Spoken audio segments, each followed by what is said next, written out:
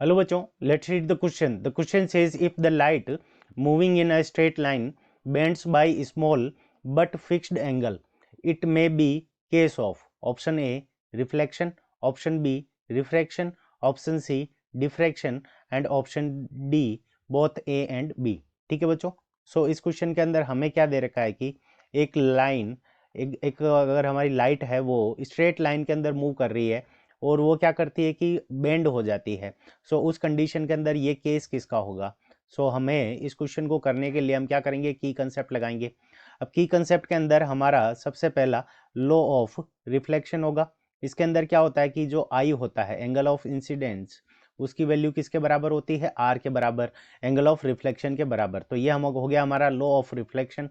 फिर उसके बाद में लॉ ऑफ रिफ्रैक्शन अगर हम देखें तो मान लेते हैं कि पहला कोई मीडियम है जहाँ से रे आ रही है, तो उसका जो मीडियम का रिफ्रैक्टिव इंडेक्स क्या है, म्यू 1 है। तो mu 1 sine I is equals to mu two sine R. Mu 1 sine I is equals to mu 2 sine R. यह हमारा क्या हो जाएगा, लॉ ऑफ रिफ्रैक्शन हो गया। अब इसको हम with the help of diagram समझ लेते हैं।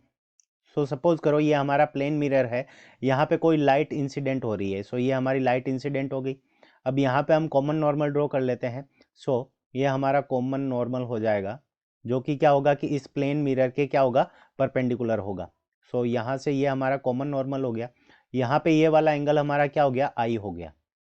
और यहाँ से प्लेन मिरर से रिफ्लेक्ट होकर ये लाइट रे इस तरह से चली जाएगी और यहाँ पे ये हमारा क्या हो गया, एंगल ऑफ रिफ्लेक्शन हो गया। अगर मान लो ये प्लेन मिरर नहीं होता तो उस कंडीशन के अंदर हमारी लाइट इस डायरेक्शन के अंदर मूव करती और यहाँ से ये लाइट कितना एंगल बेंड हुई है, तो ये वाला एंगल हमारा क्या हो जाएगा, मान लो इसको अगर हम थीटा दे देते हैं, ये एंगल जो बेंड हुआ है, सो ये वाला जो एंगल है इसकी वैल्यू हमारे पास में क्या है, लार्ज है।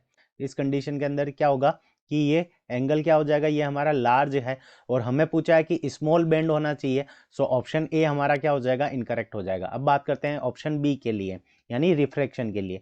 तो रिफ्रैक्शन के लिए मान लेते हैं कि ये कोई हमारा मीडियम है, मीडियम को सेपरेट करने वाली बाउंड्री है। नीचे की तरफ जो हमारा मीडियम है उसका रिफ्रैक्टिव इंडेक्स म्यू 1 है और ऊपर की तरफ जो हमारा मीडियम है इसका रिफ्रैक्टिव इंडेक्स म्यू 2 है।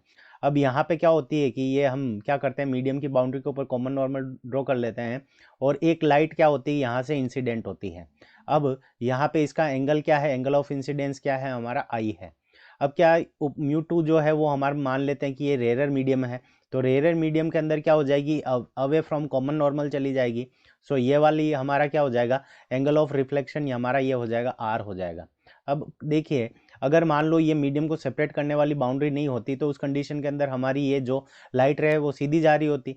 अब यहाँ पे ये बैंड कितनी हुई है, तो ये वाला जो एंगल है ये हमारा थीटा, यहाँ पे ये थीटा की वैल्यू हमारी क्या है, स्मॉल है। यहाँ पे जो एंगल होगा वो हमारी इसकी वैल्यू क्या हो जाएगी, स्मॉल हो जाएगी। अब हमें पूछा है कि स्मॉल बैंड किसके अंदर होता है, तो रिफ्रैक्शन के अंदर होता है। तो ऑप्शन बी हमारा क्या हो जाएगा, रिफ्रैक्शन हो जाएगा। ये करेक्ट आंसर है। अब बात करते हैं ऑप्शन सी की।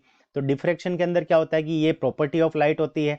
इसके अंदर क्या होता है कि लाइट क्या करती है कि स्मॉल कोई हमारा शार्प चेंजेस है, यानी शार्प बेंड है, तो शार्प हमारी एजेस है, तो वहाँ पे लाइट क्या हो जाती है, बेंड हो जाती है। तो उस कंडीशन के अंदर हम उसको क्या कहते हैं, डिफ्रैक्शन ऑफ लाइट। सो इसमें ये हमारा ऑप्शन सी इनकरेक्ट हो जाएगा। ऑप्शन बी के अंदर हमारा रिफ्रैक्शन इस क्वेश्चन का करेक्ट आंसर होगा। I hope you understood it well. Best of luck. Thank you.